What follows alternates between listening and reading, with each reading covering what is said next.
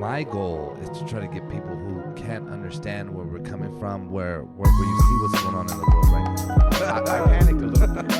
Hey man, it brings back the old days. But I was always ready to go. Like, oh, anytime you show up to the party with this, it better be drinkable. Yo, what up? How's it going, everybody? Welcome back to another episode of the Men and Means podcast. Going to welcome me back. Welcome back, Ken. Hey, hell yeah. Round of applause for Ken, man. This guy just fucking defied the odds and made it back. We'll put a round of applause in the episode. Yeah, that's make it real dramatic. You want like a slow applause, or you want like a I want like a roaring roar? crowd, dude. Like Okay. fucking like I just won a Super Bowl MVP. You know what I'm saying? Because I basically have. Anyway, man, if you guys are wondering where I've been at, dude, I do want to apologize, man. The Ravens went ahead and signed me for a small contract. Fortunately, we didn't go all the way, but we fought as hard as we could. So I told him I had to go anyway, so we lost the game on purpose. Third string running back? No, dude. Water boy? Not even that. Was giving them sanitizer and shit. He was wiping down the benches when they went up to go play offense. Yeah, let me clean your helmet, sir. Yeah. Oh, sorry, okay. Yeah, anyway, man, it's good to be back. I hope you guys are happy to have me because I'm happy to be here. So, and without further ado, man, let's just jump into it. I've been waiting on this for weeks.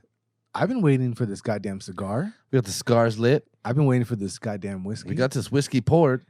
So let's go ahead and get in the pocket. Let's Hey, man, get straight into that is the whiskey name time. of the game. Whiskey time. We're back in full effect. Today, James, tell them a little bit about what we got here. So today we got but Longmorn. It's you called it a Speyside? Speyside Single Malt Scotch whiskey. This is aged 16 years. That's 16 years, man. This is sitting in a barrel. Price point? It's about 110. 110. So he spoiled us this time. Hey, if I'm coming back with some style, my boy. Yeah, he probably saved some money being out, to be honest with you. Yeah, probably. Right? Because yeah, dude. Ken procures all the whiskey for us. You guys are crazy. You think I wasn't fucking drinking? Yeah, well, I was drinking. Well, I mean, that was for your own. Well, yeah, but still. This is a write-off. Yeah, I wish. yeah. I wish. I know. I was thinking that in the store. Hey, but it is what it is. But yeah, single malt Scotch whiskey, so that's always a good thing. It came in a fancy. Oh, yeah, let me. Another fancy box. First of all, before we get to the box, this thing is wrapped. The bottom of this is wrapped in leather, a little leather bottom. Leather strap. Right. A little chin strap, if you would. A little chin strap on this bottle. I've never seen this before. Yeah, honestly, I don't understand why, but it's there. I mean, I guess when you set it down, it's safe. Is it? Is it on the bottom? It's on the bottom. Oh shit! I didn't even notice. It's yeah, just like a sleeve. it's like a protective sleeve. a whiskey koozie. It is. You know what I'm saying, dude? There you go. Provide a little grip, man. So let me show you guys a little bit. James showed you the bottle. I'll show you the box, man. It comes in this box here, and then this is how you open the box. It's very eloquent. Just spare no expense. You know what I mean? This shit has a magnet in it. Just locks it down, and you pack it up and you go. You ready to go? You show up. Hey guys, you want a drink? Man, it's like a fucking wedding ring. Hey, if you, any ladies out there, you want to propose to me? This is how you do it. You know what I mean? It is like a fucking jewelry box. And like I said, you proposed to me. So yeah, man. So like I said, we got Longmorn coming in today. It's very purple. So Speyside. It's a Speyside. Okay, so tell me about what that means. So as far as Scotch goes, man, you're gonna have basically it's separated geographically, right? So you got your Highlands. That's gonna be Highland. You know what I mean? Northern Scotland. Yeah, Northern Scotland. You got your Islas, which is like a little island off of Scotland. In the southern part. Right. It's very oceany, I suppose. Sea-like. I don't know what the word they use for that. Well, it's kind of like an island, right? Marine-ish, you know? And then you got Speyside as well. So we've had quite a bit of your islands here. We've had a few highlands. Glenmorangie is a highland.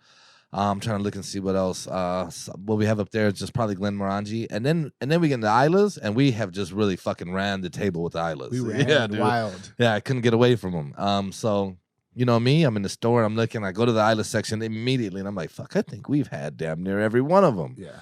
I go to the Highlands, and Highlands that's like your McAllens and shit like that. You know, a little more classic, a little more traditional. Yeah, it's gonna be your more traditional. Yeah, and then I thought, yeah, let me try something else. You know, if you're coming back, you want to make a bang. You know what I mean? And so Speyside it is. And Longmorn is where we went. Overall, man, I do got it. I have to give it a high scores for the presentation. It's looking good. Presentation's off the chart. Yeah, dude, it's damn nice. It's probably the nicest box we've ever had in here, and I've never seen a leather wrapped bottle. Well, I will say this: it didn't come in a crate. Yeah, we did have the one, the Highland that came in a fucking Highland Park that came in a crate. Yeah, the crate was nice, but the box, I don't remember the Highland. I think it was just a standard box. This is like a jewelry box, so it's I mean, so it's just short of the padding, but the padding came on the bottom. Yeah, it's comparable. Yeah. You know what I'm saying? Okay, it's very jewelry box ish. Yeah, so I think presentation, man, it's up there with the damn best of, and for the price point, there's a big separation between this Highland Park and the Longmorn. So keep that in mind, you know.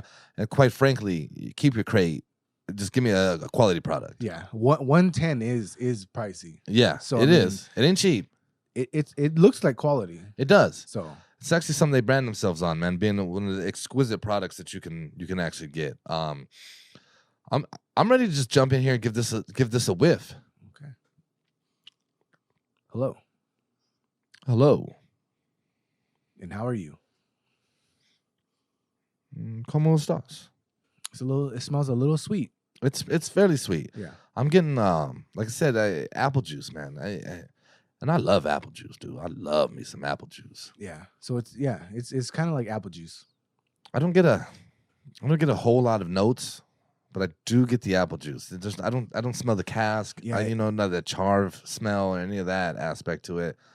And the box says it's aged in 3 different oak casks. Yeah, so I'm not getting the cask yet. Yeah, they've moved this thing around. Which I think is good when it is a sweet smell. You know what I mean?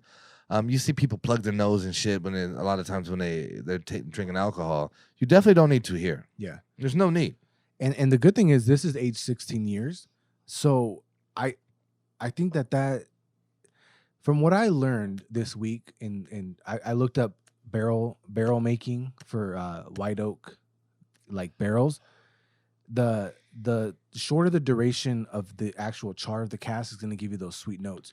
So what it smells like is maybe they had a shorter duration on the actual char. Yeah. And then you did the 16-year age. In that sweet barrel. In a sweet barrel. So you're getting a little bit of that sweet, but I'm hoping that the 16-year age is going to have a better kick, right? Or the flavor is not going to be sweet. I'm not looking for sweet flavor. So for me, there's a fine line there, right? Like I'm okay with it being sweeter. However, what I guess what I'm looking for is that I don't want that real, like, I'm in a weird spot with it because the Islas, man, they get you this real mossy, like just fucking, like fresh off the barbecue kind of vibes. You know what I mean? Like, and I like it. I like it a lot. I like it a lot. I just had to do that. I apologize to you guys, but now when I smell this, I'm expecting something very smooth to drink, and I'm fine with that. Yeah. I do want to get a little bit of those pepper notes in there, things of that nature. However, something aged 16 years, I am expecting. I want that smoothness. I want it to be like, this is, you've paid a little more to get that kind of vibe. Right. Which reminds me of the Buchanan's, which 18 years, and I was like, what the fuck was the point? Oh, that was our worst whiskey we've had. Yeah. So I'm hoping this is 18 years. In what? You know what I'm saying, dude? In the buckets? In the fucking tree? Like, you know in plastic buckets? Yeah, dude. In fucking Home Depot pails. I know that it's attached to like Hispanic heritage here in America, but this is a product of Scotland. Yeah, it's as white as you get. So it's amazing that it's so bad. It's odd. It's like, why is Hennessy? If black people are like, Hennessy, they ain't fucking with you, dude. You know what I mean? Like, come on. Asians like Hennessy too. They like cognac. I don't know why. It's weird. So I was having a conversation today about fucking menthol cigarettes. I'm like, I don't know, dude. I don't know. All right. It's just what it is. It is what it is. So that's a smell test, man. Let's give it a little taste there, sir. Salud. Cheers.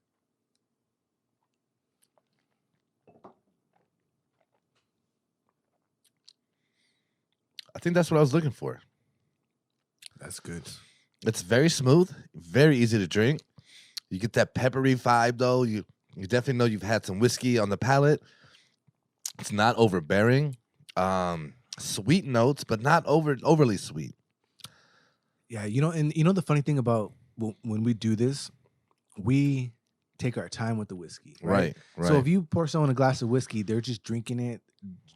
Initially, like the flavor develops the longer you have it, right? Mm-hmm. So if you were to just to like take a quick swig of this, you might, if you don't hold it there for a second, you're not going to get that peppery, like as much as we got it right now. Like I really got that peppery kind of aromatic. But yeah, you get that peppery, you get a really smooth, and then I like it has a little bit of a sharp finish to it, and that's really good to me. I really enjoy that. But again, you got to kind of hold it there for a second, because it really does just hit the palate nicely. And you know the thing is, you are able to hold it there for a second. Oh yeah, right. It's not to the point where you're like, oh, I just want to get rid of this. It's very smooth. One that I think is comparable to it is the Lagavulin. Yeah. Right. It's also a 16-year. Very charred tasting and stuff like that. However, very palatable. Yeah. And so this I liken to the same. Right. And we haven't always been like that. I don't think we've always been like that. So if you guys are listening and you guys are like, damn, I could never do that. Yeah, you can. Take a little swig, hold it there for a second, and then actually get beyond the kick of the alcohol and try to see if you guys can distinguish some of these flavors, because it opens up the whiskey game completely. Yeah, if you're a fan of whiskey, I'd say, right? Like I think we've had people on the show and things like that are kind of like, nah, dude, I do not enjoy that. And also if you're getting a quality drink, right? I think if you get a quality drink, it makes it much easier to do so. Especially if you are investing in it, you want to understand what you're getting there a little bit. Right, but at the same time, you know what's really hard? Getting people to like and try Islays. Yeah, dude, people fucking hate them. When I drink it, it's like amazing flavor. I know, it's weird. It's like if I drink a shit whiskey, like I think we had a shit whiskey recently. And remember, and I poured the Isla Gold. Yeah. Oh yeah. I was like, oh, which one was it? My God, I think it was a Quiet Gentleman. Yeah, we didn't care. The bottle's damn near full. Yeah. But then I switched over to that one. Yeah, and it's just like, it's right there. Smooth. But some people can't handle that. I think flavor. I told you guys I went out to a whiskey bar and I got the Isla Flight, and the lady was like, "Ugh, it just tastes like burnt rubber." You know what I mean? And I'm like, "What the fuck, dude? I've never put that together." You're a snob. You're like, it's actually peat moss. Yeah. Please get your shit together if you're gonna be serving me this, But no, man. So, I like it, James. I think it's really, really well done. I initially I said I think sometimes you compensate for poor product by dressing it up. Right.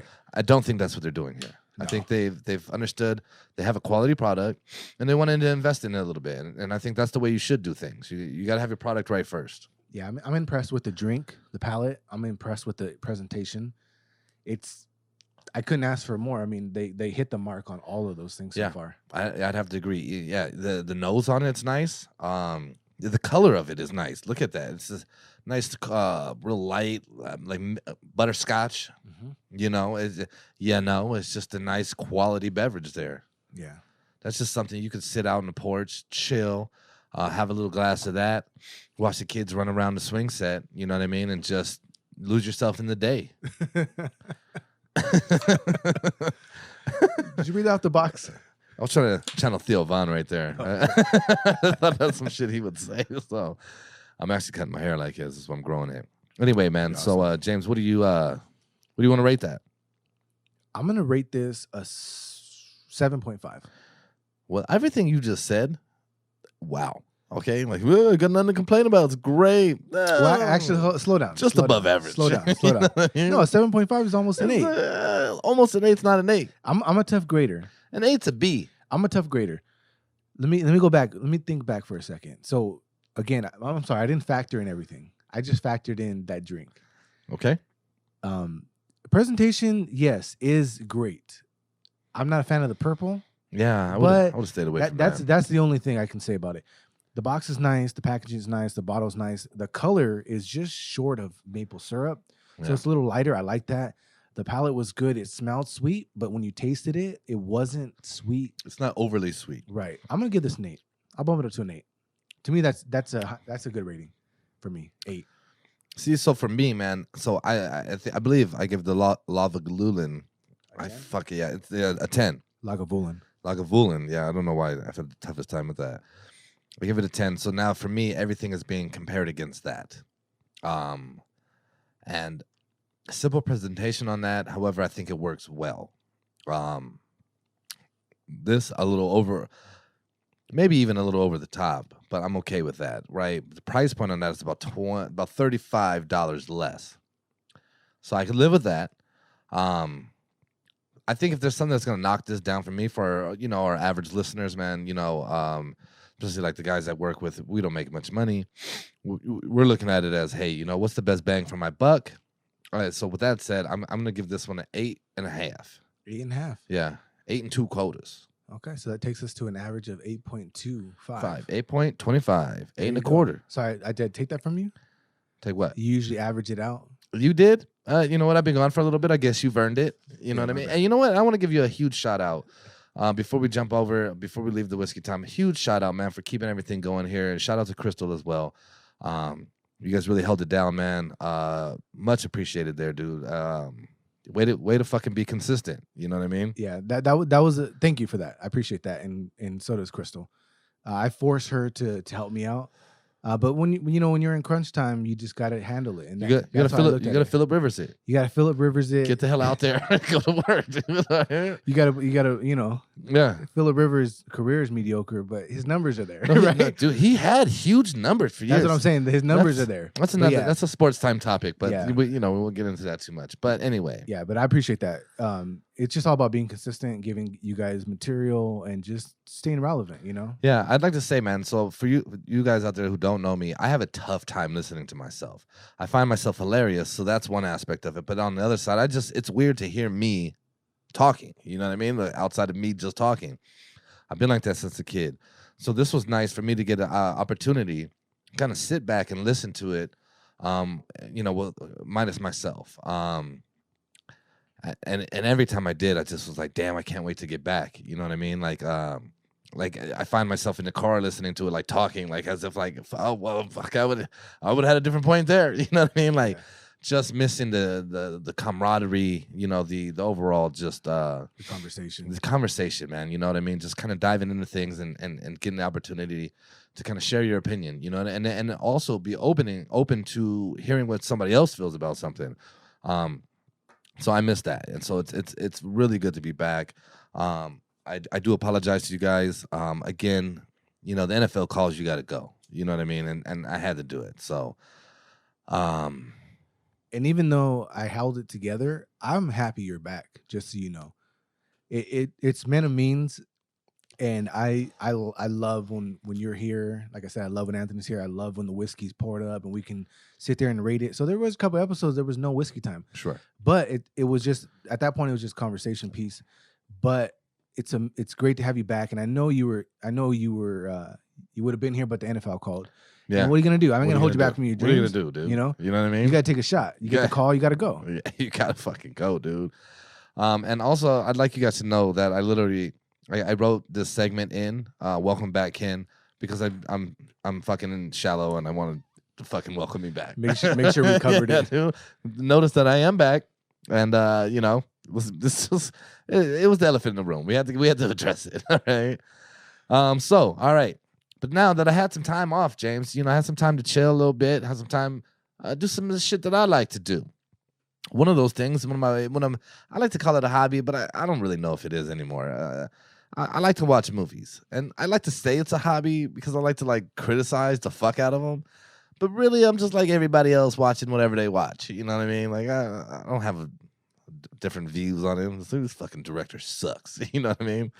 Anyway, one of the movies, well, two movies. One I'm just briefly touch on. I watched American Hustle. I did watch that. Didn't care for it. That's with Tom Cruise, right? No, that's with Bradley Cooper, Christian Bale, Amy Adams. Yeah. I didn't care for it. I fell asleep. But no, that was the one I wanted to bring up. I just want to say, Christian Bale, this guy is notorious for just losing weight, gaining weight, getting buff, losing weight. I'm like, how the fuck do you do it? You know what I mean? I'm going to say, man, must be dedicated to his craft. Yeah, he's definitely dedicated. Yeah, dude. So I'm like, here, you got me here. I'm like, man, I'm just trying to drop 10 pounds. I fucking can't do it. You know what I mean? This guy's down to weighing 90 pounds. What the fuck? You know what I mean? And next month, he's fucking shredded playing Batman. Yeah. You're like, what is going on here? So shout out to that guy. But another movie I watched, which got my wheels turning a little bit, you know what I mean? The mouse was running, you know, the wheel was squeaking and shit. It was Gangster Squad. Gangster Squad, right? This movie features your boy Ryan Gosling, Josh Brolin, the black dude from the Avengers, Captain America, new Captain America. I don't know what the fuck his name is. No one knows his name. We all know what I'm talking about. Michael Pena's in there. We know him. Yeah, I know that guy. He's in everything. Yeah, I know. I started realizing this guy's in a lot of shit, dude. What's chick's from Superbad? Emma Stone. Emma Stone. Yeah, Emma Stone's in there. You got a pretty good cast, man. Sean Penn. Sean Penn's like the main fucking guy. You know what I mean? Well, Josh Brolin and him are like co-stars. Anyway, Sean Penn, man, that guy looks terrible. Yeah. Yeah, dude. Ugh, what the fuck happened, Scully? He looked like an old rag years ago, and he's just been going that way ever since. Right. It's kind of his thing. So Sean Penn in this movie plays Mickey Cohen. Mickey Cohen was a Los Angeles gangster. Which watching the film was cool to see, like old L.A. You know, and a lot of the shit like Union Station, Broadway, and all that, Spring Street, and all these streets, man. Like you see what it looked like at one point, like Pantages Theater. You know what I mean? Like you see it now, you're like, that shit's old. You know what I mean? But it used to look cool. But so man, basically though, man, we're talking about a dude, just a guy, in the mob, who kind of embodied. Well, he was a boxer initially, grew up poor, ran away to Cleveland to become a boxer, started boxing, then joined, went to Chicago, joined Al Capone, started doing the mob vibes. They sent him out west. He started fucking with Bugsy Siegel, who was in like Nevada running that shit. He was over here in LA running this.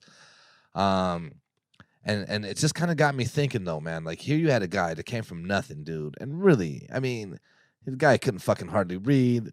That's what Emma Stone's character played, like a person that was like teaching him how to have manners and shit, and how to be like etiquette. Yeah, right. So he can sit at a table with high power figures and shit. You know what I mean? Something I probably need to learn, as I can't stop fucking cussing. You know what I'm saying? Yeah, I'm doing it now. But it got me thinking. You know, with some drive, anybody can do anything. You know what I mean? The man could hardly fucking read. You know what I mean? And yet, look at, I'm not saying, you know, he was like the most successful person, but the guy was living well. The guy was doing some things. And also against all odds. I mean, understanding, here you are, like the society is against what you're doing. And yet, he was able to get to basically make enough money to buy society to be on his team. Yeah. And I thought, that kind of points to the world we live in, full of corruption, full of basically greed. Yeah. Greed kind of just fucking dictates everything, man. The more that I watched that, the more I thought. Also, I mentioned directors. I thought this director sucked because they kept like, I was like, was this when Max Payne came out? Like, why do they keep slow-moing shit? Yeah. Like, it's fucking, stop it, dude. Okay? I hated that. Yeah. But overall, I like the message of it. And Josh Brolin, even, he plays the cop who's trying to, kind of arrest Mickey Cohen. He's like a badass, you know. You got to have that in there. But he says something along the lines of like, you know, everybody has like I forget the fucking words. I meant to look it up, but it's like everybody has like a shield, you know, something like just like a badge or something. And it's just where do you lie with that? Like, what is it? Basically, where do you stand with what you will do and how you'll do it? And Mickey Cohen's was fucking by all means necessary. You know what I mean? I'm going to do this. Whereas his was more, they had opportunities. They could have robbed the dude, basically. You know, he's a cop, so he doesn't. But he wasn't driven by greed. He was driven by the goal. You know, the goal was to arrest this dude. And that's what he wanted to do. There was nothing else. And to see, like, how that would clash, you know. But I don't know. I was very taken away mainly by the aspect, though, how someone from nothing like that could come up against everything around them, the law even, society and what societal norms and everything, and still get to that. And we've heard that story many times. Yeah. And so that's something I kind of wanted to discuss. Well, you see, and that's why I think, like, there's people who are willing to do anything that it takes. And that's what's amazing to me is like in our everyday life, it's rare to see people put their foot down Mm-hmm. in any way. Like most people don't put their foot down. Avoid conflict. Avoid conflict, but avoid standing ground even. Mm-hmm. You know, so like there's multiple factors that separate us from people like that. But if you adapt to some of those things, like you said, you can accomplish anything. Yeah. But like, what do you want to do? You want to be confrontational? Do you want to go to war? When confrontation strikes, do you just fucking back down, or Right. because I mean, you're never gonna get anywhere in any aspect of anything, right? Yeah, and to some degree, you can put your foot down. You can stand your ground. You can go to war. But you can still be in a position where like you get nothing from it.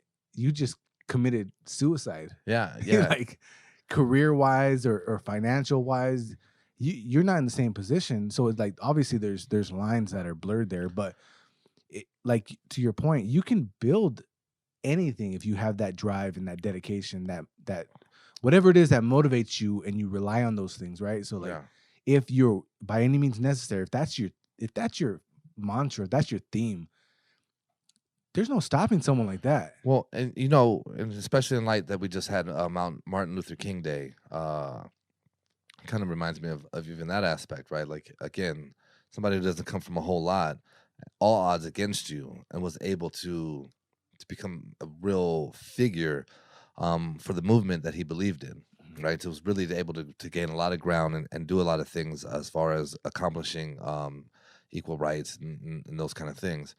So I think there's a lot of examples. I mean, obviously being a mobster and society-wise is probably not your ideal one, but I'm going to be honest with you. I don't think they're much different from other people that are actually running the country. I actually think there's way more in common than anyone would care to admit for the most part. Right. I think fucking corruption is prevalent in every major major business that's going on. Mm-hmm. I mean, if you look at take banks, they're corrupt as fuck. You ever had an overdraft fee? Oh yeah. Oh yeah. And you know what happens? Every day you overdraft, it's just more fucking money out of your pocket, but you clearly don't have the money, but we're gonna keep taking the money. So then you do like, yeah, give me overdraft protection. So now you're paying money, so they don't take your money, so they're just taking your money anyway. You know what I mean? What kind of rules are these? Yeah, taking insurance. You got auto insurance. You don't crash for 15 years. You've just paid money for fucking nothing. For right? nothing. Nothing. I don't need you at all. I don't hear from you. You don't hear from me. You give me a bill. I send you the money. Then you get in an accident. Guess what?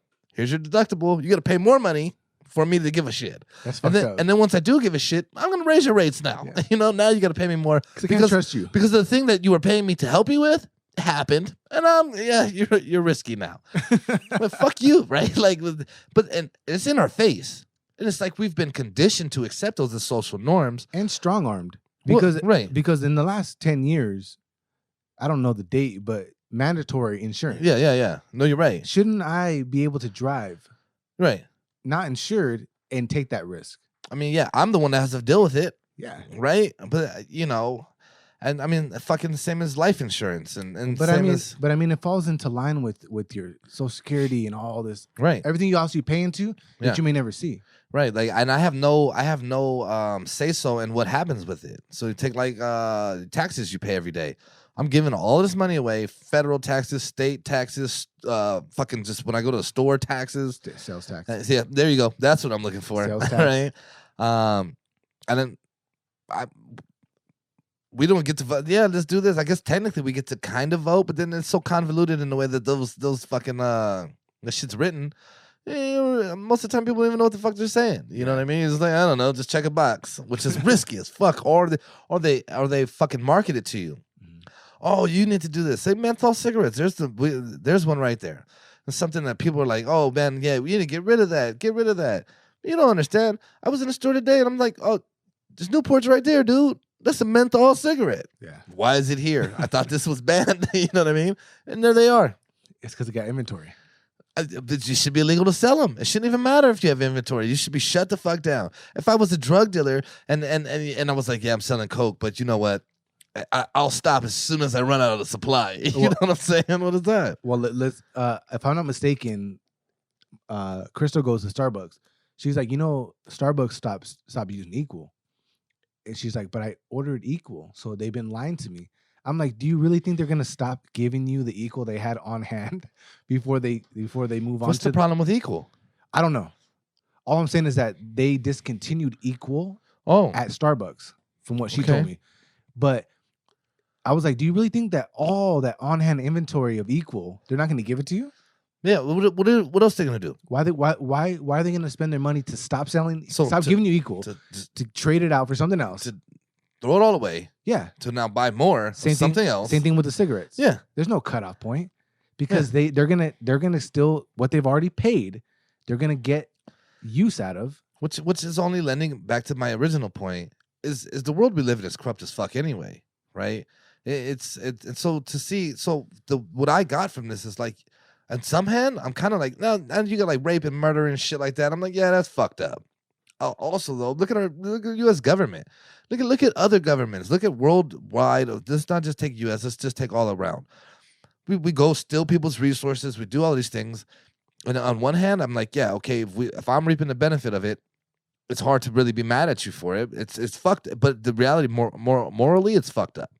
It is fucked up. And I can see why other countries are like, yeah, fuck you guys. You guys are pieces of shit. I understand that. I get that. But also, I think take that Mobster mentality. Yeah. How do we adapt that though? How do we adapt it? Because when we watch mobster movies, everybody is like that guy. Like it's very clear. The guy who succeeds is the guy you watch in the movie. You're like, he's making moves. He didn't give a fuck. He didn't give a fuck. He didn't take no for an answer. He forced his way into a situation. He took what he wanted. He got it the way it is. He spoke his mind. He put his foot down. But how do you adapt that into your life now? I'd imagine, James, that it's planted in us to look at that as evil. Because if we did do that, what does that say for the people that are in power? Yeah. It threatens them, right? But we still glorify it, is my point. But we glorify it in a way. They always die at the end. They never win. You know, ultimately you lose. Yeah. You know what I mean? Like you. So think about that. So it's like you could do this because otherwise you'd have the independent thought on your own. You would think it. However, it's like you could, but you're gonna die a fucking horrific death. Yeah. Okay. Well, because there's always an element of criminality. Well, and that's the point, right? But again, look at the people around and that are doing things. They're not shy of fucking taking advantage and finding loopholes into what they can do and then doing it. Yeah. Morally, it's wrong. They don't give a shit. I think the reason why we glorify it too is because we identify with coming from nothing. So like you don't have much. Yeah. So you see this person who doesn't have much. See, the thing is, you can't make a movie about my current boss's boss because it wouldn't. He was always in that position to be in that level. And even then, it wouldn't. What's exciting about it? Like, exactly. what's the desire really? Like, okay, go to school, and then you'll have a fucking you'll be okay in life. Yeah. And even the mobster aspect, what are they doing though? They're living a very lavish life, very flamboyant life. Which also lends itself to consumerism. It's like, hey, if you had all of this, you can have all of this. Which is probably the dumbest thing you can do if you're in that position, is to draw attention to you. Is chill the fuck out and be cool, and you'd probably be fine. Yeah. Plus, I think the other thing we like about like mobster movies is that they always take place in a previous time frame, right? Yeah. So like, I think we are still enamored by that whole idea of like if you were to sit down with someone and your worst enemy, but you guys are sitting down to hash things out.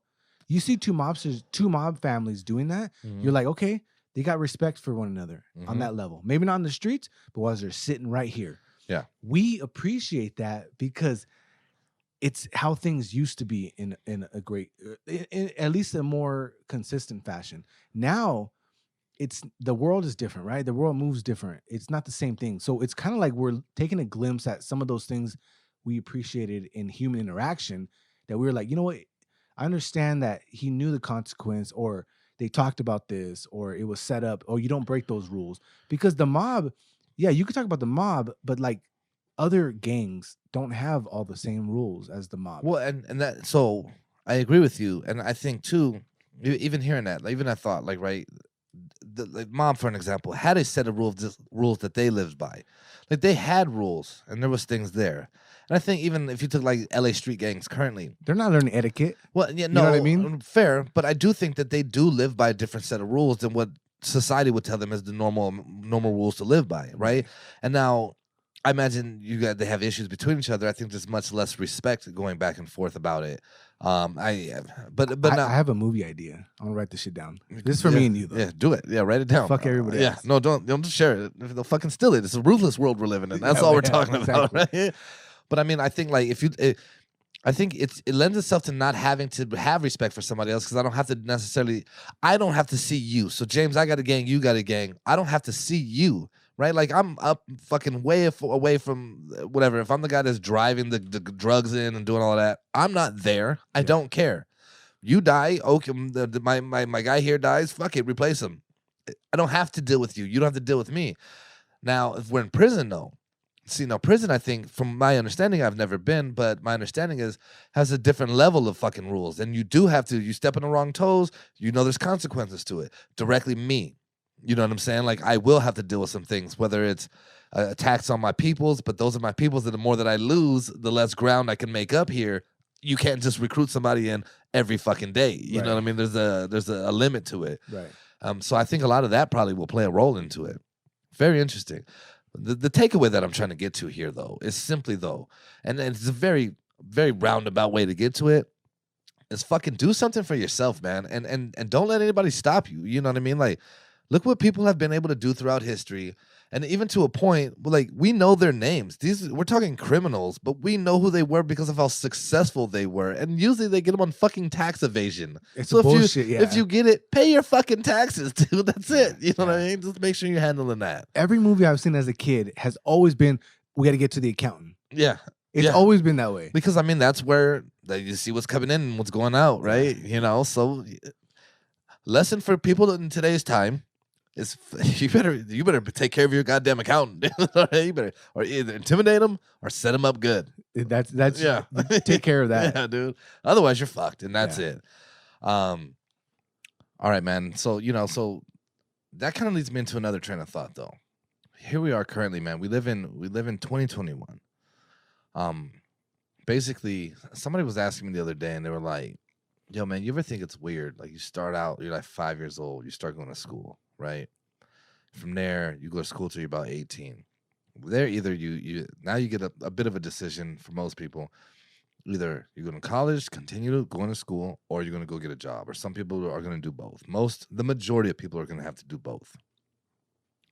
And then once you get that job, whether that you went to school or not, now you got about another 30, 40 years that you're just going to work for somebody. You went to school, you did all of this. Most people, again, to continue to work for somebody else.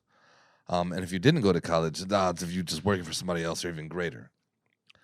Now, my question, though, becomes, why? Why are we so obsessed and so complacent with just accepting the fact that I'm going to go and be told what to do, how to do it, when to do it, why to do it, if you're even told why, by somebody else? A lot of times that you're probably more qualified than or better suited to be in that position even. But even then, why do we continue to support the millionaires and billionaires around the world and do their bidding to make them successful, as opposed to doing something for ourselves? Especially if you work in a field for 10 years, you probably fucking got it. Yeah. Why don't you now look at what they did and try to do that on your own? What is holding us back? Why are we so okay with that? Well, I think a majority of people are so far from the source of starting, right? Like, take a corporation. Take where most people fall in, a warehouse. Entry level. That's a dangerous place to end up. Entry level is not really where you ever want to be, right? Right. That's exactly what it states. Entry level. Yeah, you don't got to know shit. You're bottom of the barrel. We'll teach you bottom of the barrel. This is how we do things from the ground up. Yeah. Right. So a lot of people fall into that. So like, you go into a company and you see things that are wrong, but even the things you see wrong are so far down, you couldn't even imagine what it looks like from the top. Being able to be. Your perspective is from the bottom up. Right. So you see things this way. You don't see them the other way.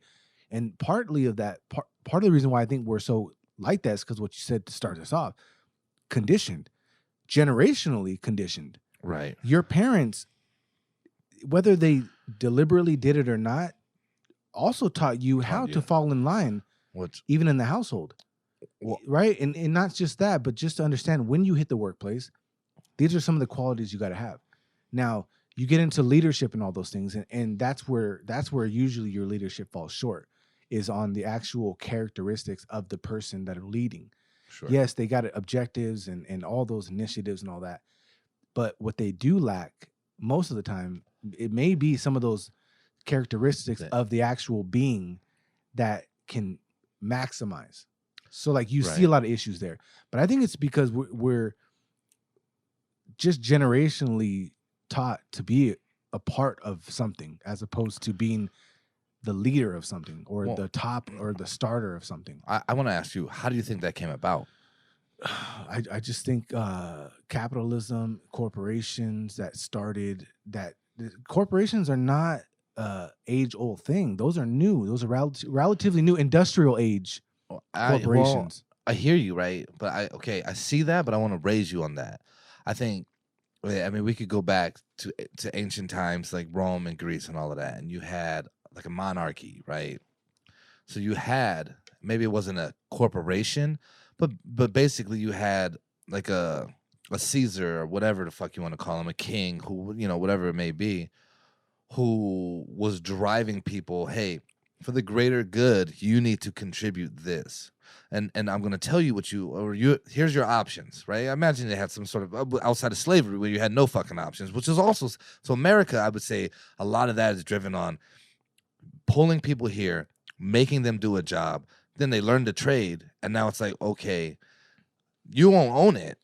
You can work for me, but you won't own it. But you could start teaching these guys how to do it. Your kids, you could show them how to do it. Now, look at the level of comfort that you've been given. You have a very small piece of land or whatever it may be, right? But I own this whole fucking city. My name is the city. You own this little piece of land. I've let you stay here because I realize I need you here to add to my level of comfort. I think America is relatively new. Fair enough. No, right? I get you. So, but to take like Roman then, take it back. You know what I mean? So take it there. Same fucking thing. Well, I think back then it was heavily on what can you provide to the state, sure, but the empire, right? And I agree. You have if you're a farmer. If you're a farmer, you contributed in a farmer way. So what was the king contributing? What was like the royal family contributing? They've never contributed. But that's my point, right? Yeah. But in order for them to sustain the level and the comfortability that they had, you needed a farmer. You needed a blacksmith. You needed these people. Well, that's where it probably came from. Because in a monarchy, you didn't ever see yourself at the top. Yeah. Or the starter. This was you. You, and it was made clear to you that there's levels, there's societal levels. This is where you are.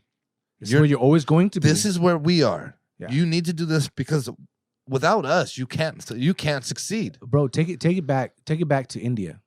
India has a caste system, which is not entirely how it used to be, but it had a caste system to where McCaskill, just based off your last name, they knew what you were. Well, there you go. Right? They knew you were a carpenter. Mm-hmm. Just based off your last name, because that was your class. You were never going to escape your class because your name was tied to it. You raised in it. Because you weren't born into another class, a certain thing. And theirs was one of the most strict systems in place that kept you in a certain box.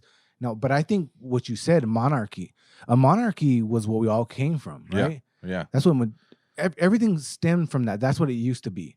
Which says a lot. Which says a lot, but it's still ingrained in us to just follow the leader. It's safer, but it's offered you like a comfortability, safe factor, right? Like, hey, you work for me, I'll help you with your insurance. You'll be able to live. You don't have to go out in the wild by yourself. You don't have to be a blacksmith. You don't have to be you pick one. You don't have to be all of them. Well, what they did is they essentially sold you a living. Sure. You want to make a living? Right. This is your role. You do this, you're going to live fine. Your kids are going to live fine. But play your role. And that just turned into everything. Now, I can't completely take us out of the equation, right? Mm-hmm. So like I also think that not intelligence, but your willingness to be independent and confident in yourself hasn't always been the big push, right? Right. That hasn't always been the big push. And to be honest, even the positive mindset and attaining everything you want to accomplish in life hasn't always been the message growing up.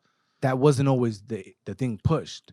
Like I said, Right. even if you went to school, got you became a doctor, you work for somebody else most of the time. And you paid heavily. Most doctors work for somebody else. And you pay heavily for it. Right. You know what I'm saying? Most people can't afford because to pay heavily for that. But think about why. But why? The why behind it has to be, from my perspective at least, and I ask myself it, why am I okay with working for somebody else in this?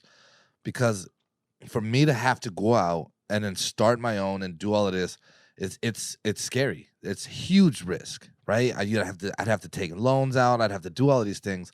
And if I can't deliver, holy shit, I am fucked. You know what I mean? Yeah. Well, not really. Yeah, you just get bankrupt. And that's the reality of it. But and to some degree we fall into it. Right? Yeah. It before my current job, I wasn't getting paid very well. And sure. I know you weren't either. Yeah, you're damn right. If you told me that I can take a loan out, start a business with a good business plan that would pay me what I was getting paid before this job, but that was going to be my starting point, I would have done it. Yeah.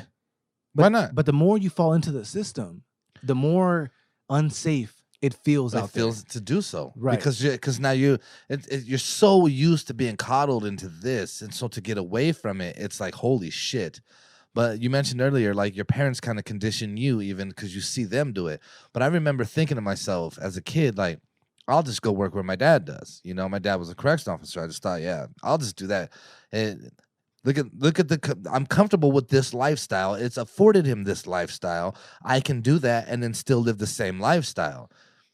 Why is that? Why would we look at that and think that that's acceptable? Because for the most part, sometimes it's okay. Because of the living that they've made, right? Sure, it's not the worst. The level of living, the quality of life was good. So I think you touched on a key point: quality of life. I think my dad would be stressed the fuck out all the time. I see me now stressed the fuck out all the time, and then at the end of it, I don't own any of the shit that I'm investing all of my time in. A minimum of 40 hours a week. The majority of my free time are spent there, and I don't. At the end of it, I don't own anything. Not based on the fact that I was there, right? Like, it's not like, hey, you work here, we're gonna give you part of our company. Even if you climb up, you don't get. Even if they gave you shares, I'm not getting enough shares to ever fucking make an impact. Yeah. You get what I'm saying? It's, things like that. I think it's like being a fish, man, and they're dangling a fucking line in front of you. Like, well, here's some shares. Well, here's a small little bonus. Here's life insurance, or here's fucking health insurance, you know what I mean? And you're like, whoa, man, yeah, I need all of those, you know what I mean? And the reality is, you probably could get the people, if you just look at the risk takers who did take it, the ones who like we mentioned with the mobsters, who sat down and said, fuck that, I'm going to stand here, and I'm going to do it. Take two of the richest people in the world, Bill Gates and Jeff Bezos, both fucking working in a garage, both probably got offers to get bought out and things of that nature, said, fuck that, I'm going to do this. I think it initially really just believed in the product they had. I hope, right? Like, that's the hope. And I don't think they were just driven by greed and like, oh, I just want to be the richest person. Elon Musk too, you know, like these people. I think they had something. They knew they had something to offer, and they believed in themselves, and then they stood by themselves. Regardless, fuck the product, whatever. They believed in themselves and that they could fucking do it. And then did it, you know what I mean? And whereas, but in order for them to be able to do that, they have to have people like regular people who are like, I don't know, I'm just gonna work for this guy, because Jeff Bezos can't do what he does without people that do what we do. Well, yes and no. I think that part of the equation for them was a booming industry, like that. Yeah, but that's what I'm saying. But they had something to offer that industry, and they believed in the fact that they could offer that. But they also had to have the money to sustain what they needed, right? So, like, if I wanted to start a business, but I needed like 3 people to help me, I gotta pay them, right? Sure. So they had that, but they were in a booming industry. But to your point, yeah, they pushed ahead. They did do that, and that's why they're some of the richest people on the fucking planet. Right. And so maybe if you're not in the booming industry, you're just not just taking off. Maybe you don't reach that level, right? You're not the fuck. Right. You're not where you divorce your wife and now she's the second richest motherfucker in the world. Like, Yeah, she was like instantly the richest woman in the world. Overnight and shit. You know what I mean? you cheated on her. Yeah, you know what I mean. And I'm not gonna get into my opinion on that. But come on, dog. No, but actually, I think his wife was actually a big part of things, and that's why he didn't have a problem with like, yeah, I think you should keep your stocks and do all of that shit. Yeah, and she was smart enough to know not to sell them. But yeah. I think that's what it is. It's like you have to factor all that in, right? Right. It's a huge part of it. But the main part is they're no different than the people in the mob who had ambition. Right, like you said, a lot of it is just down to what society views as wrong or right. Right. You're breaking the law. Yes, there's always going to be some kind of, I don't want to say corruption, but some kind of wrongdoing in some way, right? Corruption. To some people. Oh, there's corruption in everything. Yeah. But the point is, there's always going to be some kind of the lines that you cross to make something happen. Like I said, you find loopholes, and once you find a loophole, and that's why I think too, man, if any of these guys that we're mentioning or any major fucking players in the world, these guys all have amazing lawyers, and it's not by accident. But I mean that they're literally like, so like, you know, we watched like the NFL draft. Imagine these guys doing like lawyer drafts. Like, oh shit, I want this guy, dude. I heard he got homeboy off, but that's on purpose, right? But I think the point though is what I ask myself is what is separating me currently from them and me? Like, what is the difference? And the difference, I think, is believing in that you can actually do that. And I see myself as time is going, starting to really like, you can do something. You just need to do it. And that's the toughest fucking thing about it is doing it. That's where it is at. Yeah. It's not in realizing it. It's doing it. It's the doing it. It's the doing. You can believe in yourself every day. If you don't do shit about it, what the fuck does it matter? If you're part of any kind of corporation or your job, you walk out of a meeting, you're like, why the fuck would I? Why? That's not the smartest way. Yeah. Because you have intelligence, right? Yeah. So you walk out and you just follow suit. Yeah. Or you don't. And sometimes people can't live with that doing. That doesn't make sense. Well, the doing is scary. So you walk out of that meeting. And you're like, you know what? I should go and say something about this. I should say something. But that becomes like, I don't know. Because now the what if? If I say something, do I get fired? Do I get pushed back? Do I get left behind? All of these what ifs come into play. Because that is a real concern, right? And again, because the people above you are like, oh, this motherfucker thinks he's outsmart. Fuck you. Now we got to let him go. Things like that actually happen, right? Yeah. So people get scared. But the reality is fucking embrace it. And if your boss is afraid of you, and I've been there before where my boss I literally got fired. We won't get into the whole story, but I got fired. And I'm like, this dude just realized I could do it better than him. Yeah. Like that is clearly what happened. And ultimately, I think poor organization. Because when you start making those moves, your company will suffer from it, right? So this guy's above me. He made that call. Okay. The owner of the company doesn't fucking know that, doesn't give a shit. It's not at all concerned with those affairs, right?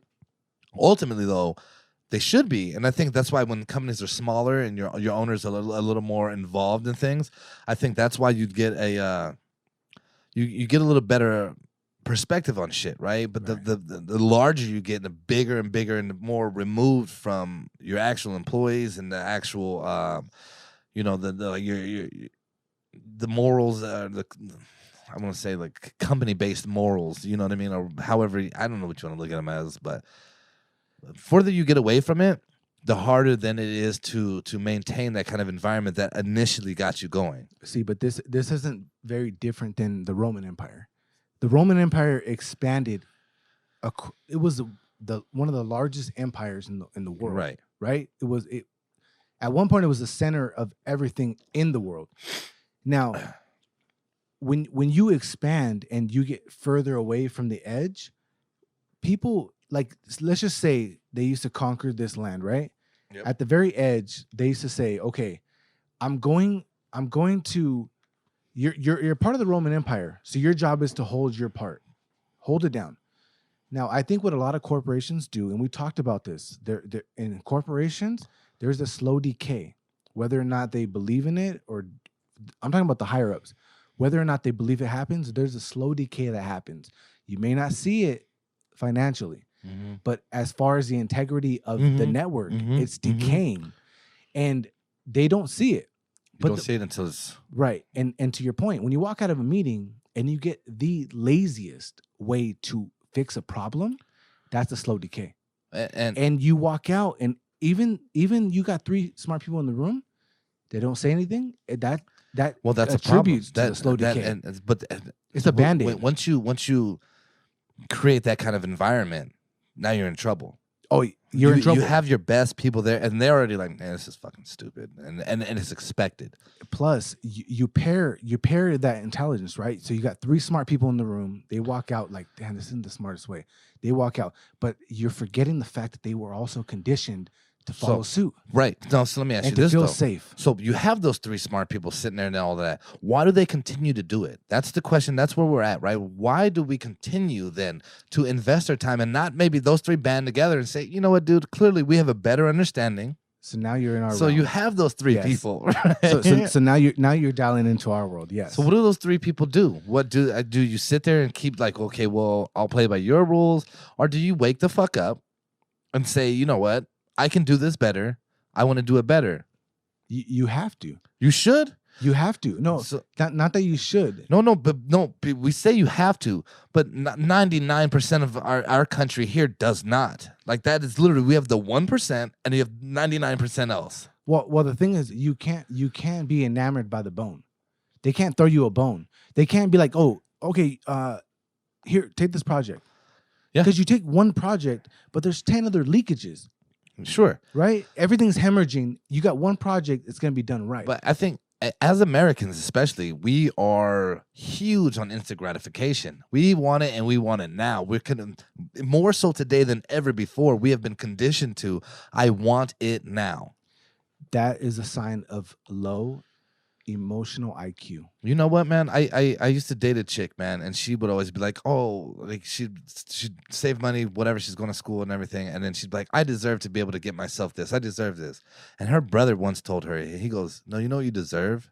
Is to be smart about what you're doing. Save your shit and actually invest in yourself. And I thought, wow. And he was fucking off and running. You know what I mean? And I thought, like, that is some actual knowledge right there. What we deserve is to invest in yourself, as opposed to fucking sitting there like, because and that's the point I wanted to make was consumerism. I think with all of this becomes the fact of taking Amazon. If we weren't all huge consumers, Amazon's not thriving in the mentality that it is now. But we are all like, I want it. Fuck it. They pop up in your Instagram because they're all working together, right? To some aspect, they're just selling it or whatever they're doing. They all want your information. You go to Ralph's now. I go to the grocery store. It's the weirdest place now. Like they're like remembering what you've bought and like trying to gear shit towards you and sending you emails. And I'm like, leave me alone, dude. Like when I'm in Ralph's, I'm in Ralph's. You know what I mean? I ain't worried about how much eggs are today. You know, I ain't in the store. You know. But I think the fact that we have all become just huge consumers of just shit material, things that are totally irrelevant to us, that we don't really need. I mean, fuck, dude. James, I mean, imagine if we looked around right now, how many things can we point out, like, probably people didn't need, right? We get away from what are necessities, and then what are things we need. Take cars, for an example. A car. James and I typically are like, not really worried about it. We were talking today. I was like, I want to buy a truck. At one point, James wanted to buy a truck. Then we had Anthony come involved, and he's like, let me kick you some knowledge. You don't need to buy the truck. It's actually a terrible thing for you to do right now. Not the move to make. Mathematically. Yeah, like you're just not in a put. You could have done it. Could have done it. But I have to live in it. You still be dealing with that shit now. I've been living in it. I mean, right? We podcasting But they would have got you. Yeah. But you know what I mean? They dangled their fucking lure. Anthony came along, was like, get that shit out of here. Okay, good shit. But how many things do a lot of people sit there? My thing is this, man. I go to my friend's house, and I'm like, I pull in, it's an apartment complex. And I'm like, Range Rover, X6. I'm like, why the fuck do you guys have over $100,000 cars and you live in an apartment? What are you doing? Like, that's you don't own shit. Are you leasing this? Because you don't own that. You know what I mean? Yeah. You're just throwing your money into something. Again, supporting the 1% of the people up there that you have fallen right into their trap, and you've done nothing for you. Why? And that's why I think a lot of it comes down to emotional IQ. You're not looking for instant gratification. the thing with the mobsters is that they knew it may not pay off now, but it's gonna pay off. Well, you had a plan. Right? But you weren't looking for it now. You weren't looking for that instant gratification. So you made moves that were like you were playing chess. Yeah, So, I get your point. And that's why I think Very good that's point. why I kind of think we're kind of like we appreciate watching those movies because they were playing chess. Everything they did was calculated. Yeah. Right? There was no confusion as to why they did what they did. Mhm. There was always a reason behind it. And that's why I think we fall into the work system. We start playing checkers. Yeah. And then on top of that, like you said, Oh, they it jumps dangle you. the carrot. Yeah. And then like, hey, you got stock, but it's not available for you until Yeah, you got to work here 4 5 more years. years. You got to be Yeah. here 5 years. Like, You or else you don't got get to it. keep you invested in this because you look at your stock and you see this number up there and you're like, holy shit, I wish I had that money. And it's basically my money. Estimated value. Yeah, because stock market's volatile, dude. Right. It's up and down. But they show you this number and you're like, holy fuck, what would I do if I got that? I just gotta stay around. I'll stay around. But really, the reality yet again is, what could you have? So for me, man, the what if is so huge, and I'm starting to sway the way it used to look. It used to look like, well, what if you don't have a job and you don't do this, and oh my god, the world's scary if you don't. Now I'm starting to look at it like, well, what if you just actually tried? Like, what if you just fucking did it? And You know what I applied mean? yourself, Just yeah. what if you just got up and said, fuck it. I'm going to invest in myself. I'm going to believe in myself and know that. Because right now, if you look at it like, you put all this effort in, you go to work 40 hours a week minimum. A lot of us are doing way more than that. Okay, you're doing all of this. The company's thriving because you're doing this. You amongst many others, obviously. It's never just one person. That's but you get my point. So you're doing all of that. If you took that same mentality and you were willing to invest, 60 hours a week into yourself and into something you believed in, something that you had invested yourself in, you've taken the time to learn it, you understand, where would you be then? And I'm starting to see it that way as opposed to the scary, like, well, I can't let this go. And I only have the 4 hours a week now. And then start flipping that and look at what you could do. Yeah. And I think a lot of people hinge themselves to the fact that like, oh, I'm a pillar. I hold this shit together. Without me, this doesn't work. And then Well, you're a fucking fool. you're a fool because when you leave, It's fine. You- That it- pillar is fucking replaced. number one is fine, but number two, you're no longer a pillar in anything. Even if it's your own business, you're not a pillar. Yeah. You started from the ground. You started from a cornerstone. You started from a stud. Yeah. That's it. So a lot of people put their stock in like, look at this. If I leave today, you're fucked. Reality of it is you're not. And Yeah. when you leave, you're not as valuable as you were to them because they needed you. Yeah. You work for yourself. No, you're only going to go as far as you go. So like, it's this weird balance between your value based off of this company as opposed to this value based off of what you're giving to yourself. And in most aspects of life, people at least say they don't put a lot of stake into what others think about them. Right? Most people would say that. I think it's bullshit for the most part. I think a lot of people put a lot of things into what somebody else tells them about them. Me being one of them. However, at the end of the day, I think, why am I allowing somebody to tell me what my value is? Like, and taking it like that's my value for life. You get what I'm saying? Like, that's what I can that's all I have to offer. If I was at a job and I fucking hated it and I didn't give a shit, which it's never been my situation anyway, even me half-assing a job, I've typically been like, yeah, fucking outdoing most of the people you got. You know what I mean? But that's kind of my point, was knowing through high school, I kind of half-assed it. And still, when I gave half a fuck, I was like, wow, look at that. I think a lot of people I know are like that. And I like a lot of people that, especially people that I like to be around, because I like people that I can have conversations with. Those people also, I think, but we've all fallen into this trap of like, oh, I just want to get this job, and if I work hard, I'll be okay. You know what I mean? It reminds me of the Kanye West album, like, oh man, look, I got all these degrees, you know what I mean? And like, but who fucking cares, dude? Like, Yeah. okay, but what did you apply them for? And that's the thing. If you want to be a dentist, why work for somebody else's dentistry? Open your own. You know what I mean? If you wanna be a music engineer, okay, don't go work for a studio. Work for yourself. Learn it. Maybe go work there for a little bit. Great idea. Like an apprenticeship. Yeah. Great. But then go do something at least shoot your fucking shot. I think so. We're so afraid, and we're so spoon-fed consumerism, and like, when you have a car, you got a fucking brand new fucking let's say, I don't know, Accord. You got a brand new Accord. It's brand new. Immediately, most people are like, yeah, but I want that fucking Range Rover over there, and I don't have that. This piece of shit fucking Accord.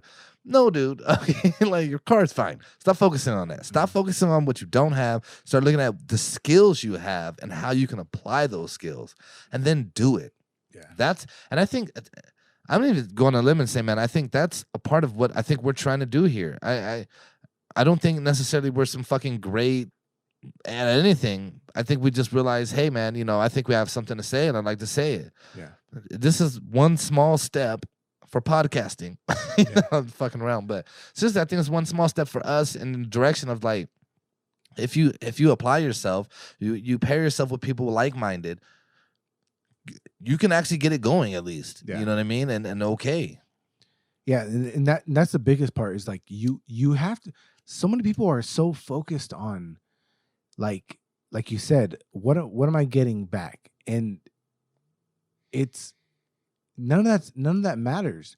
What I started doing a couple years ago, maybe like 2 years ago, it started looking at, like, what do I want my life to look like? What do I want my day to look like?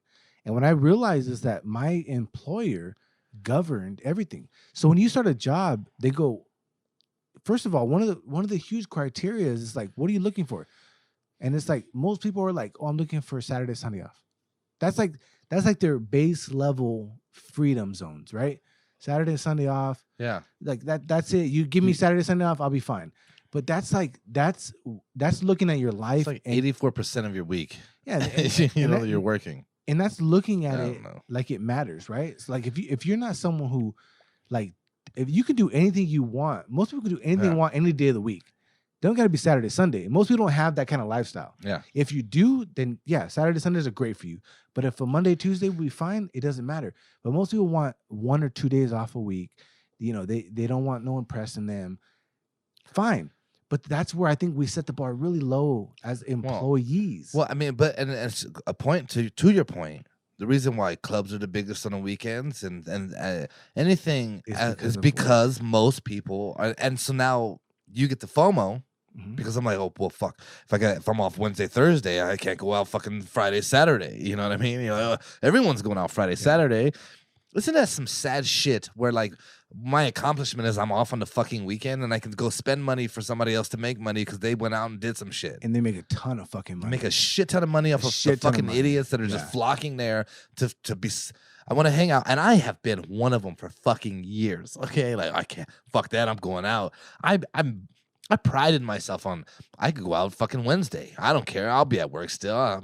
You're goddamn right. Yeah. How stupid. Yeah. Like, even hearing it now, like, what a fucking idiot. You know? So in preparation of this podcast, I started listening to this book called Bullshit Jobs.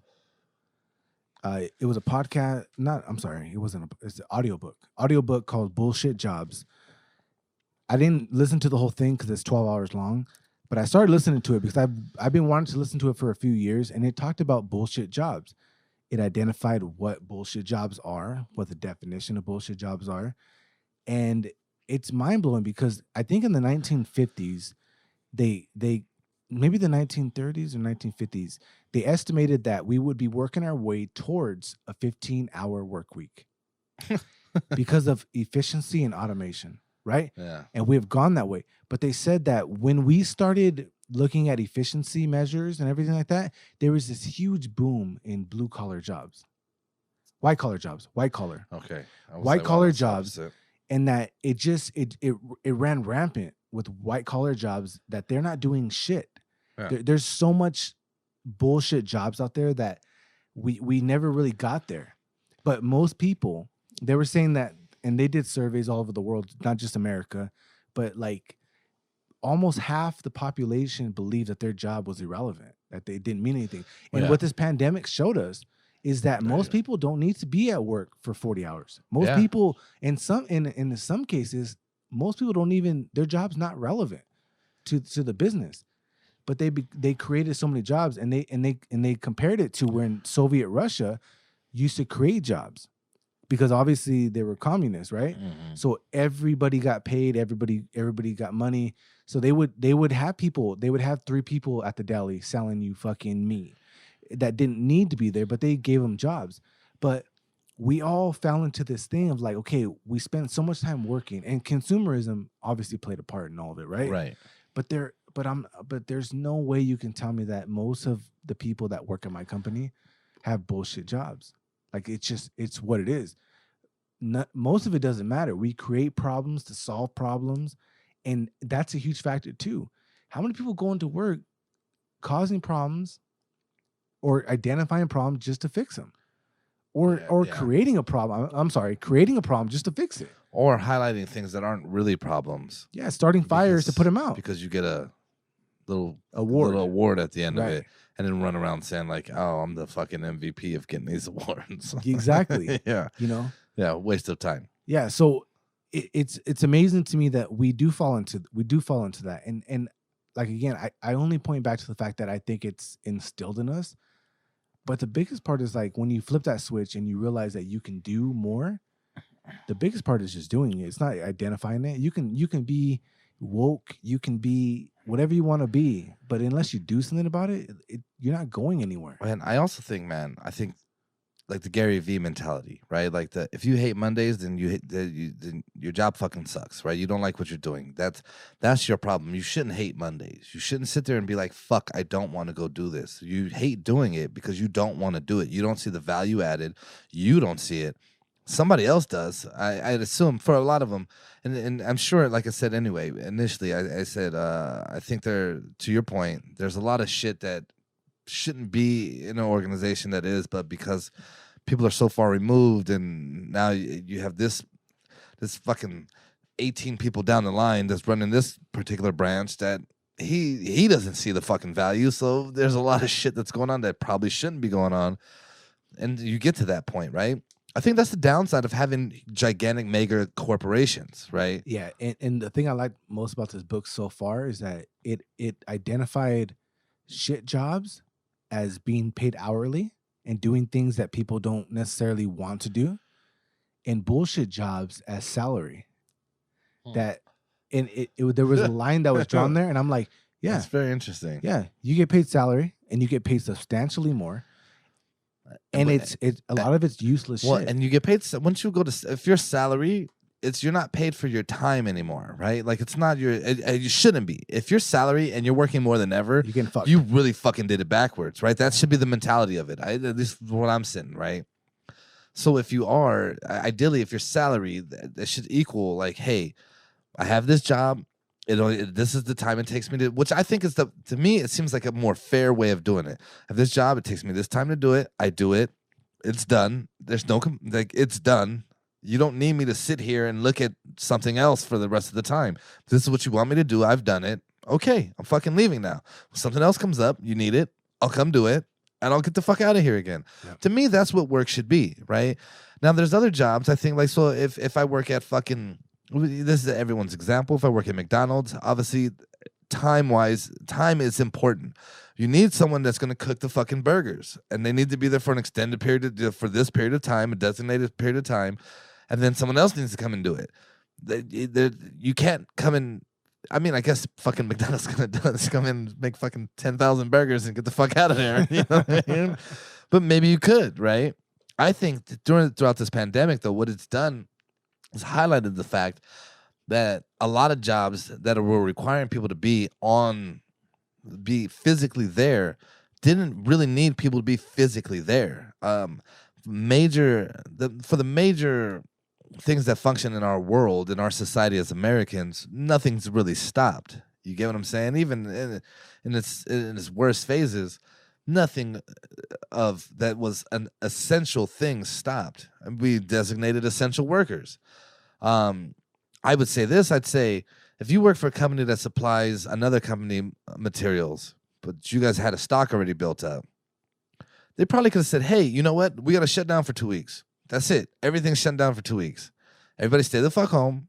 As grocery stores have groceries. I mean, then you look at it and you realize that greed runs rampant in our country because we can't get fucking toilet paper. Like, people were like, I need a year's supply. So I do understand that.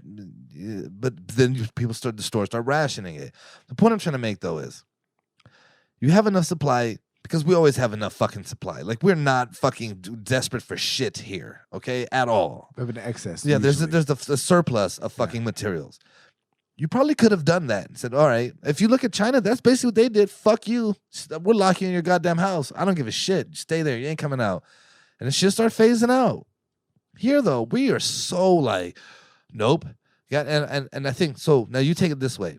And then you look at like restaurants and breweries and bars, shut down for 2 weeks or shut down for a fucking year. You know what I mean? With little peaks of, okay, well, you got 2 weeks in again, but it ain't really going to help. No, you just shut it the fuck down. Okay. Oh, wow, look at this. Everything's fucking, we're back to fucking normal again. Yeah. Other countries have done it. You know what I mean? Again, though, we live in a consumer-driven, a numbers-driven. So if my job is based on the numbers and I have to report that in these last 2 weeks, but my boss doesn't give a fuck that you shut it down, fuck you. I'd rather keep going too. You know what I mean? Because now I lose my job. You know what I'm saying? It looks like shit. And that's what I think is, I don't know, man. But how do we get away from that? People got to start doing their own thing. People got to start doing their own fucking thing. That's what everything I'm saying here. You can't have an Amazon if you took 50% of Amazon's workforce and those people were the people that were like, you know what, I can do something on my own. They wouldn't be there. Amazon couldn't be as big as it is. Just wouldn't fucking work. Even if it wasn't they do it on their own, but they went with another company. So let's say you got Ken's warehouse, you got James' warehouse, and then you got Amazon warehouse. And Amazon's fucking gigantic. So sure, they're there, but they don't really give a fuck about you. But you come work for James and Ken's warehouse, so it's a lot smaller. We want you. We want to keep you here. We want to treat you well. We want, you know what I mean? I know you. You know me. Kid sick? Take the fucking, I'll pay you. Don't fucking worry about it. No questions fucking asked. Don't fucking worry about it. Amazon? Well, that's one of your points. Fuck you. Don't care. That's one of your points, dude. They still sick? Oh, well, you're fucking fired now. I'm like, hey, man, I think I think you have enough decent people that would be like, hey, we want to help you out. Yeah. You know what I mean? If I can, I will. Or why the fuck not? Because I want you to, because I value what you have brought to this company. Because you are now valued. You see the worth in it. Because even if you don't see the worth in the product that we're selling, because maybe it's a shit product, maybe I'm selling mic stands, and nobody really needs mic stands. However, you feel valued, a sincere value, not this. Well, here's a project. No, because something happens. I want you to feel okay. I think you need people that like, hey, they want to work for somebody else. Because otherwise, it's that, or you're gonna have a fucking billion fucking mic stand shit companies around the world. You know what I mean? Because, come on, if I need one, and no one Rancho makes one, and I gotta drive to LA every time, it's gonna be a pain in the ass, right? So just shit like that. But I mean, then you look at like business models like FedEx, where it's like independent workers. So like, yeah, it's FedEx, but then like the drivers, basically, they own their own trucks. They buy a route. Then it's their shit now. You know what I mean? I think there's other ways to do it, but I just think people have to get a backbone, have to stand the fuck up, and have to believe in themselves, and have to try on your own. And I think there's so many success stories. I see these videos on Instagram. This guy goes around. He's like, "Hey man, fancy ass, you got a fucking McLaren. What do you do for a living? Oh, whatever, a mortgage broker, whatever. Those are the people that did that. They're not the richest people in the world. They're not any of that." But they did something for themselves, and look at where they are from it. So if you're all caught up in all the consumerism, you should be the number one person trying to do something for yourself then. Because even if you got it working for someone else, then that means for the rest of your time, they're going to tell you what to do. You're dependent upon them. You can't think independently. You have to just do it when they tell you to do it. Yeah, you just got to get by. Some of the people that I read this one book once. It was Unfuck Yourself, and Mark Manson, I think, is the guy that wrote it. But he was just talking about like, yeah, I'm an author. Like, I want to get up and travel somewhere, I get the fuck up and travel somewhere. Because guess what? I can write from there. I can do, because this is what I like. I like to write and I like to travel. So I do. I don't mind working. It's fun. But yeah, man, I just think you have to be. You gotta drop your insecurities. You gotta drop the shit you're afraid of. You gotta shoot your shot in this world. Um, Otherwise, man, you'll forever be a sheep. You know what I mean? And I say sheep not in the sense of like how the woke people like to say it. Whatever, fuck it, dude. I don't see most woke people talking about go do something for yourself. You know what I mean? Like I don't care what race you are, what religion you are. I do something for your fucking self, and that should be the bottom line, man. Stop being so dependent. As my boy Jose would say, it's time to kick you out the nest, cut the umbilical cord, pop you off the teat, get up there and get your own. You know what I mean? And I think that's where I'm at now. Yeah, I agree with you on that. I think that it just comes down to that. And I think a lot of times when we talk about the subject, we think a lot about the other side. I don't think we think about the other side as much. The people who don't want more, right? Because there's a lot of people who don't want more. Well, I don't think, I think, and I could be wrong, and it'd be interesting to get their perspective, but I can't relate. So no, we can't relate, but I guarantee there's people who just want to get by. I just think they don't believe that they could do more. And to be fair, some of them can't. But a lot of them can't. Fine, but they can. I think everyone has something that they're okay at least fucking okay. And instead, they've gotten hired at your fucking Walmarts or whatever, your companies like that, and they're like, well, I don't know. There's people that are like, you've been locked up, and so all right, now your choices are limited. Understood. All of that, understood. Though I think those are essential to the society we live in. If I wanted to have my own company, I need somebody that wants to work there, right? Okay. But even then, see, and this is where my struggle comes, because I'd want to empower you. I'd want to show you can do something. And I don't think it's beneficial for your business. I think it's detrimental. If I have a fucking Walmart and I'm showing you like, hey man, you know what? You know how to play piano and you're fucking good at it. You should go do that. You should try that. You can work here and practice piano. And now here you are and you're playing on this fucking thing and you're doing. I'd be proud myself, but overall, I just lost somebody that I was doing the shit that I needed to do. Yeah, but you also need just competent people, right? So like, let's just say you ran a thrift store and you needed someone to work there at the cashier who can sell, right? And be customer service based, right? If they were the best, you're not pushing them out the door. You're not pushing them to start their own shit.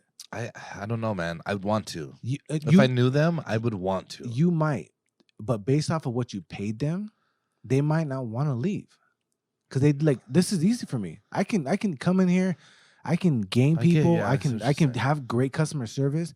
I don't need to start my own thing. I'm happy here. But you also would prefer to have somebody who's just great at the cashier. It's hard to relate. It's hard to relate. But and then think about like a Target store. Yeah. If you had 5 good cashiers who were like great, like very friendly, made people checking out good, they experienced good.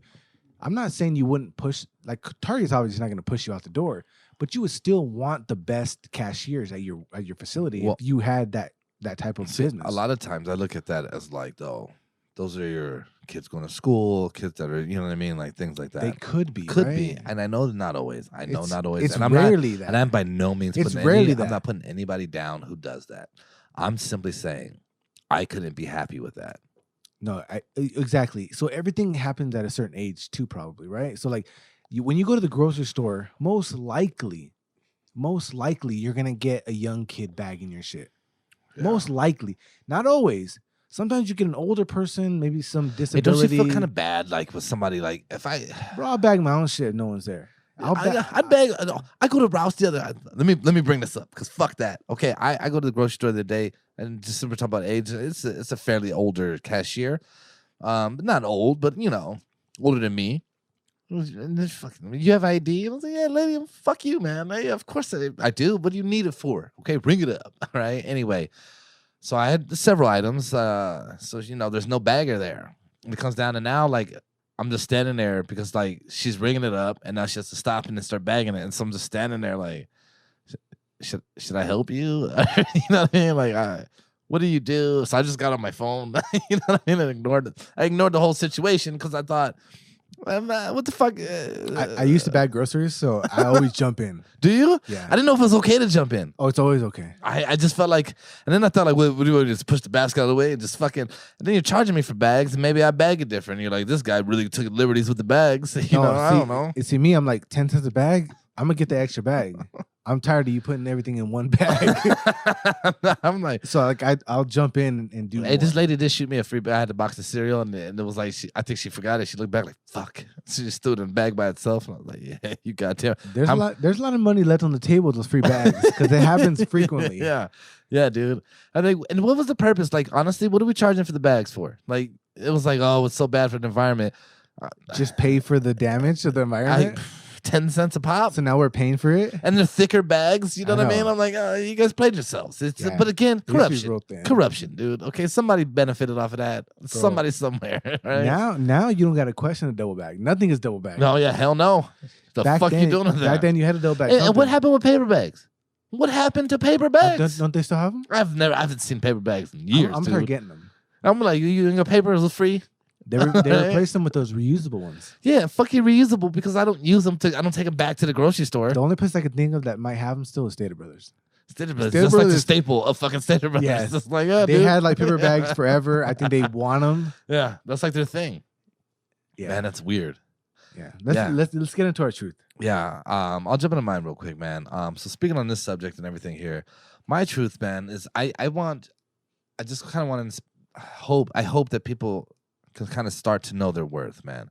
Lately, last couple of weeks of my life, man, I just have identified people place too much of their worth on material shit. And I'm like, if that's all you got, dude, you fucking suck. You know, like that's my opinion. And maybe you disagree. And I don't care. I think if you're out there and you're like, well, I have this car, but it's not this car, and my house isn't big enough. And I'm a person that's never satisfied.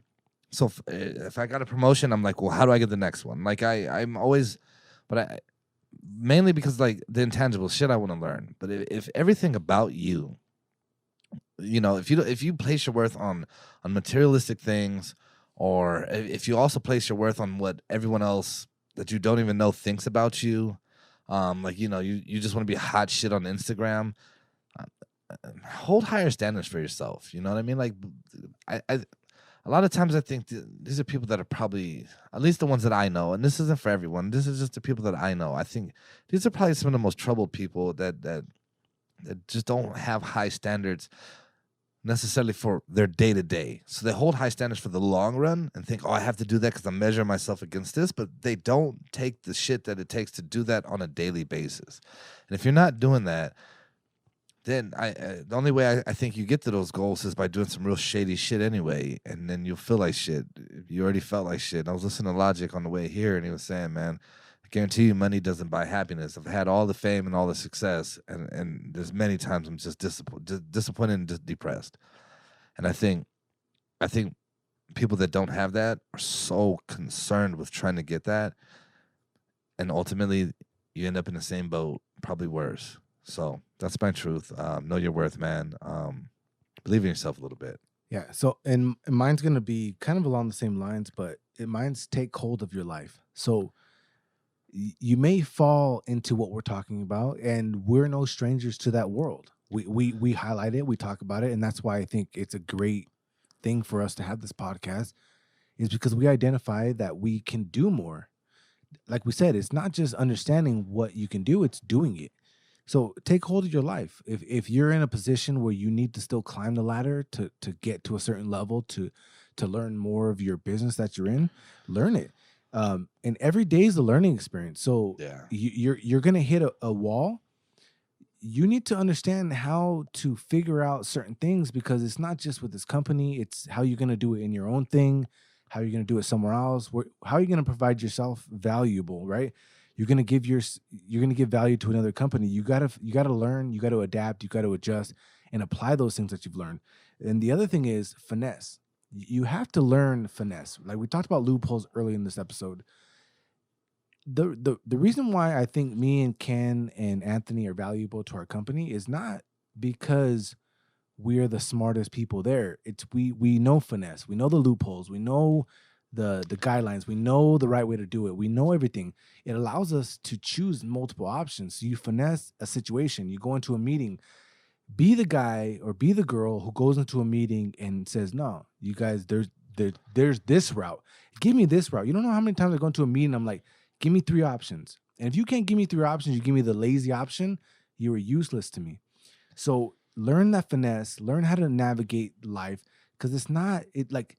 To me, work is all about, because I want to think bigger picture, right? I've been on that game for a while now, thinking about how I can expand myself. For me, it's all about what have I learned? How do I apply it to my own shit? How do I not fall into those pitfalls? How do I not end up in that space? How do I maximize efficiency? How do I do all those things? Finesse is going to be one of those things where you learn, damn, like walk into a goddamn room, hear the issue, find the problem, and take charge of it. Lead it. Say, hey, look, I know how to do this. I came across this in my last company. Every time you walk into an interview, everybody wants to talk about their past experience, right? Everybody wants to go, well, I was a manager here. Well, if you're a manager here, walk into the room, say, look, there's an issue here. I know exactly in 3 steps how to solve this problem. Let me take point. Doesn't matter if you're the boss. Doesn't matter if you're the man. Yeah. Take point.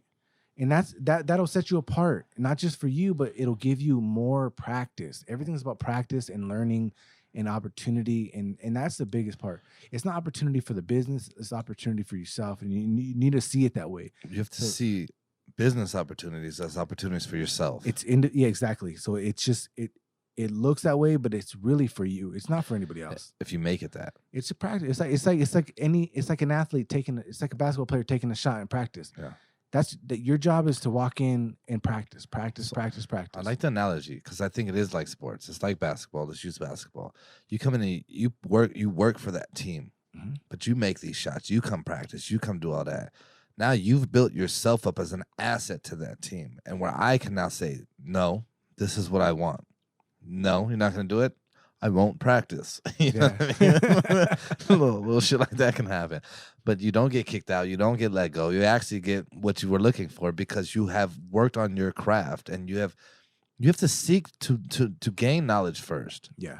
And then you apply that knowledge. Yeah. And that's what we're trying to say here today is get your knowledge in. And then whether that's school, whether that's being an apprentice somewhere, being an intern, to working somewhere, and then actually taking the opportunity to understand that. But once you get that, see your bigger picture as you go. I think so many people can't see the bigger picture. Yeah. They're so short-sighted and so immediate gratification, and that's where you lose. Yeah. You have to play chess. You have to see 10 moves ahead. How am I? Here I am now. I want to get there, but I got to do this and this and this, and then I get there. Right.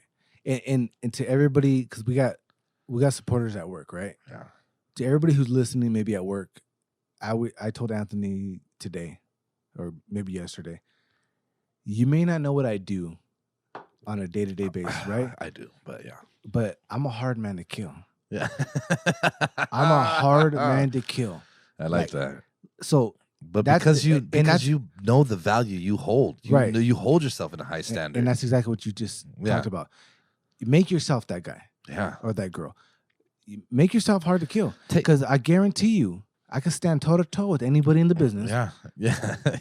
And try. And that's something I say too. Stop being like, well, why are they there? Stop looking at anybody else and just fucking look at yourself. Strengthen yourself. Yeah, and then make yourself to the point where you take me off a group. Well, that group failed. Yeah. Well, I wonder what happened there, right? And those that know, you know, and those that don't, it does. Find a way to make it apply to you. Exactly. There you go. So that's going to wrap up another episode. And it was a pleasure having you back. It's a pleasure being here. It was a great time. Good whiskey, good cigars. Thank you for that. I appreciate that every time. My fucking pleasure, man. It was good to have you back. Make sure you guys are sharing this shit. Again, I can't leave any podcast without asking you guys to share it with someone. Please share it, yeah. Those that are watching the YouTube, just know, Anthony, my hat game is coming for you. I'm coming for you hard, son, okay? And those of guys, if you guys love us at all, if you guys not even love us. Even if you like us. Even if you like us. You just think, maybe. I'll tell you right now, we dropped back down to 99 subscribers. Yeah. We're trying to fucking break and keep and pass 100. Yeah, dude, that was hard. Like, we hit it. And I think I know who it was. And I was like, you son of a bitch. much. Yeah. So Yeah. so just like even if you're like mildly entertained by us, just try to shoot a YouTube video or share our shit with someone. Just share it. That's all I can. I don't want to beg. No. You I'll know what? beg. No, I'm fuck begging. that. He ain't gonna beg. We ain't gonna beg you. We know our worth and we know our standards, man. And you I'm know over what? here like I'll beg. Hey, dude. Hey, we're a quality product, dude. We put a lot of effort into it. If you like it, you like it. If you don't, fuck you. You know what I mean? Hey, unsubscribe. We'll get somebody else because you know what, dude? We work hard and we'll get it. That's how we're gonna look at it. So fuck everybody else. And with that said, as you guys know, and it's so good to be back. Oh yeah. Okay, bye.